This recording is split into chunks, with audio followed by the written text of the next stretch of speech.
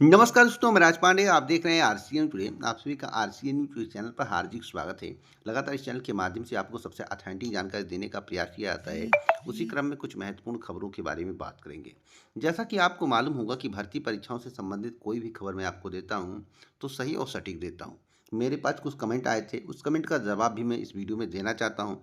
कुछ लोग कहते हैं, सर आपको 1 साल देखते हो गया, आपके सब्सक्राइबर नहीं बढ़ रहे हैं। यार, तुम्हें जानकारी से मतलब या सब्सक्राइबर से मतलब है? मैं इसका भी जवाब देना चाहता हूँ, सब्सक्राइबर क्यों नहीं बढ़ते हैं? आप बताओ, ईमानदार व्यक्ति के साथ कोई रहता है? सत्य बोलने वाले का कोई साथ देता है? आप ईमानदारी पर चलोगे तो कोई आपको चलने देगा? तो ऐसे कई लोग हैं जो कमेंट आके करते हैं और उसी कमेंट को पढ़ के लोग चैनल को सब्सक्राइब नहीं करते हैं। आपको मालूम होगा कि इस चैनल की खबर जितनी भी होती है सही और सटीक होती है। आपको यह भी मालूम होगा कि मैं कभी एक वीडियो अपलोड करता हूँ, कभी 2 दिन वीडियो अपलोड नहीं करता हूँ। जब मुझे जानकारी नहीं रहेगी सही सटीक तो मैं आपको क्या बता दूँ? या सबकी तरह breaking news, big breaking news, धमाका, दैनिक खबरें, फटाक खबरें, बड़ी खबरें दूँ? ऐसा मैं नहीं करूँगा। मैं ऐसी खबर दूँगा, दिन में 1 वीडियो बनाऊँ, 3 वीडियो बनाऊँ, 2 वीडियो बनाऊँ, जितना मुझे जानकारी होगा, जितना मुझे विश्लेषण करना आएगा, उतनी सटीक जानकारी मैं आपको देने का प्रयास करूँगा। अगर आपकी इच्छा है सही सटीक खबर सुनना तो जुड़िए, नहीं सुनना है तो भैया किसी और चैनल से जुड़िए। आप ज़िंदगी अपना उसी में ध्वस्त करिए, अपने दिमाग को ख़राब करिए।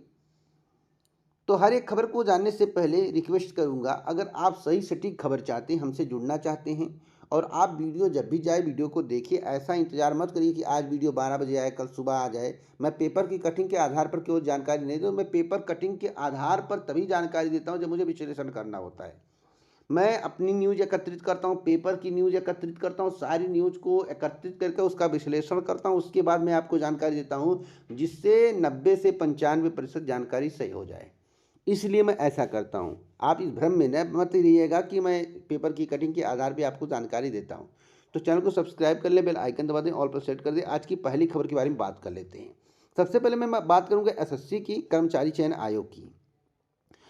देखिए, आशीष श्रीवास्तव ने एक बहुत बड़ी बात कही है। आशीष श्रीवास्तव ने, देखिए, एसएससी में लगातार बदलाव होते रहते हैं, पारदर्शिता को बनाने का प्रयास किया जाता है, भर्ती परीक्षाओं को पारदर्शी तरीके से संपन्न करने का प्रयास किया जाता है। प्रयास कितना सफल होता है अलग बात है, लेकिन प्रयास किए जाते हैं। प्रयास ही कम नहीं है इस ज़माने में। देखिए, संदिग्ध गतिविधियों में लिप्त पाए गए अभ्यर्थियों को पूछताछ या उनका पक्ष जानने के लिए अब कार्यालय नहीं बुलाया जाएगा। उनसे ऑनलाइन पूछताछ की जाएगी। मान लीजिए किसी भर्ती परीक्षा में गड़बड़ी हो गया, कोई व्यक्ति पर आरोप लग गया, तो उसे कार्यालय नहीं बुलाया जाएगा, उसी समय उससे पूछताछ हो जाएगी, वो भी फ़ोन के माध्यम से, वीडियो कॉलिंग के माध्यम से। तो यह अब तक का सबसे बड़ा बदलाव मैं मान रहा हूँ। ऐसे बदलाव होने चाहिए जिससे अभ्यर्थी को जाना भी ना पड़े। दोषी रहेगा तो कार्रवाई होगी होगी। एक बड़ी अपडेट मैं आपको और देना चाहता हूँ। जैसा कि आपको मालूम होगा कि हर एक खबर के बारे में आपको नॉलेज होना ज़रूरी है। चांदी का भाव, सोने का भाव, इसके बारे में आपको जानना ज़रूरी है। कभी कभी किसी घर में शादी भी होगा, कोई उनको ठग ना ले, तो हकीकत जानना जरूरी है। अगर 24 कैरेट सोने का भाव जानना चाहते हैं तो इस समय 1,17,000 के करीब है। 1,17,000 के करीब। लेकिन आज की जो जानकारी प्राप्त हुई है कि 1,26,000 पहुँच गया है। तो लगातार सोने का भाव बढ़ रहा है और 1,63,000 रुपये पहुँच गया चांदी। तो इतना याद रखिएगा, मैं पर डे आपको बताने का प्रयास करूँगा।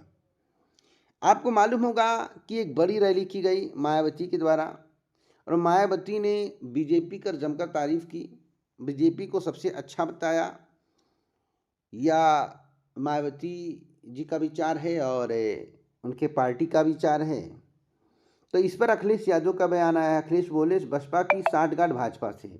और ऐसे आरोप पहली बार नहीं लग रहे हैं, बहुत पहले लगे हैं। अगर आप सब कुछ खुलकर सामने आ रहा है तो आपको क्या लगता है कि उत्तर प्रदेश में क्या बीजेपी की बात करके मायावती बीजेपी को जिता पाएंगी, या बीजेपी की बात करके मायावती खुद जीत पाएंगी, या फिर अखिलेश यादव की सरकार यानी सपा की सरकार बनने वाली है, या मायावती जो है ऐसे ऐसे कैंडिडेट खड़ा करेंगी जिससे सपा का वोट कटे और बीजेपी को फायदा हो? ऐसा होगा।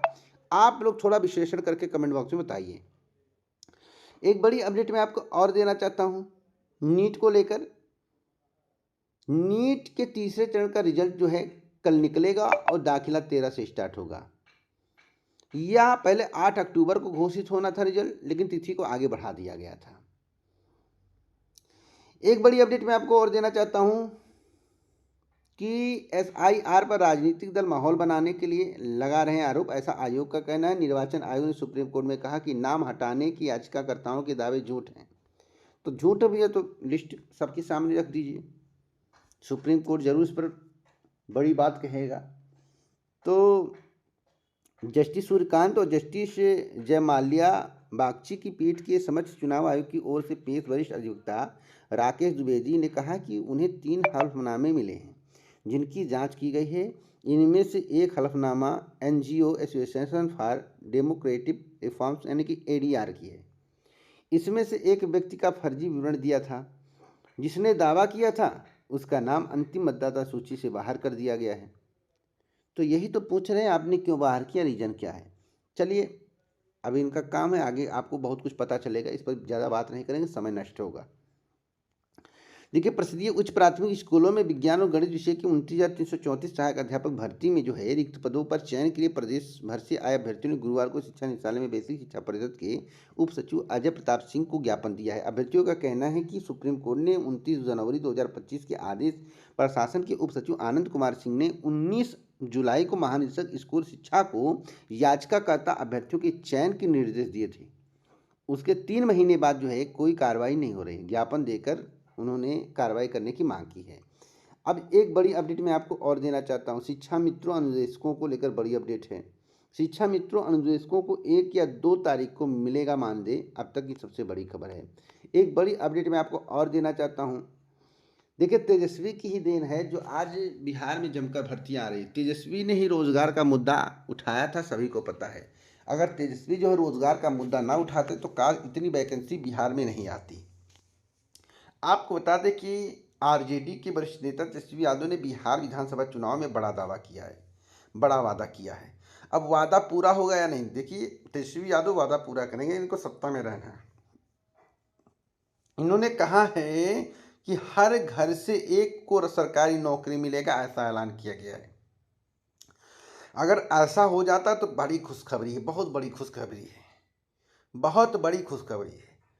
तो आप बताइए कि आप आरजेडी के नेता और बिहार के पूर्व उप मुख्यमंत्री तेजस्वी यादव की बातों को कैसे लेते हैं, उनकी बातें कितनी सही है, उन्हें समर्थन करते हैं या नहीं, कमेंट बॉक्स में जरूर बताएं। अब मैं बात करूंगा यूपी ट्रिपल एससी की सबसे बड़ी खबर के बारे में। देखिए, यूपी ट्रिपल एससी की सबसे बड़ी खबर है भर्तियों को लेकर। अब कनिष्ठ सहायक भर्ती का कटऑफ जारी किया गया है। उसके संबंध में अभ्यर्थी पूछ रहे थे कि 3,284 पदों पर चल रही भर्ती प्रारंभिक अर्हता परीक्षा का स्कोर कार्ड जारी कर दिया गया है। 1,32,538 अभ्यर्थी लिखित परीक्षा में शॉर्टलिस्ट किए गए थे और एक कनिष्ठ सहायक टंकर परीक्षा 22 नवंबर को ही थी। और एक बड़ी बात कही गई है असुलिपि परीक्षा को लेकर, अब 16 को होगी।